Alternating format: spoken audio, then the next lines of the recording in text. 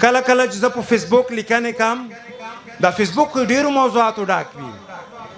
یوه ورځ یوه موضوع کې ګرمه وي، بله ورځ بله موضوع کې ګرمه وي. خو که تعلیم پوسټ وکړي، که تعلیم ویډیو جګه کې، که دا رقم ګوللیو ماشومانو عکسونه جګ کړي چې د افغانستان آینده نسل دی، بیا دې ته یې چې نمایشات کې او یا تبلیغات کې، نو تعلیم د پوره تبلیغات خو هر څه کړای هم نشي.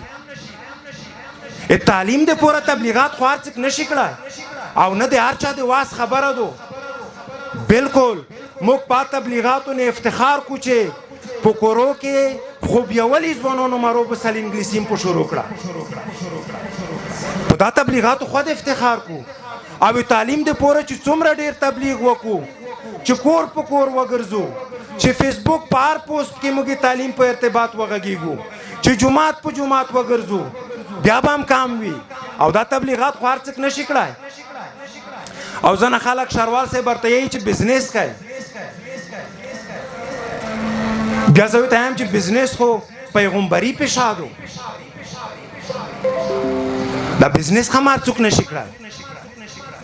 او بیا که بزنس کو د تعلیم په برخه کې خدمات کو، د مواد مخدر قاچاقبري خو نه کو او نه کوم بل جرم کو. تعلیمي مرکزو سره باید خلک کلک ودرېږي. ویل یو شایدای سبا کاوي نه وغوړای ورته وایي چې په دومره خورای او په تکلیف کې چې فیس تر کوو، کتابونه وخولو، مو په ځینې به سبق زده کوې، مسؤل مې یې، خو د سره درېږم هم، تخریبوم دې هم نه، همکاري دې وکړم، ملاتړ دې وکړم، کلک دې سره درېږم. سبق وي نه وغوړئ خو کلک وي سره ودرېږئ.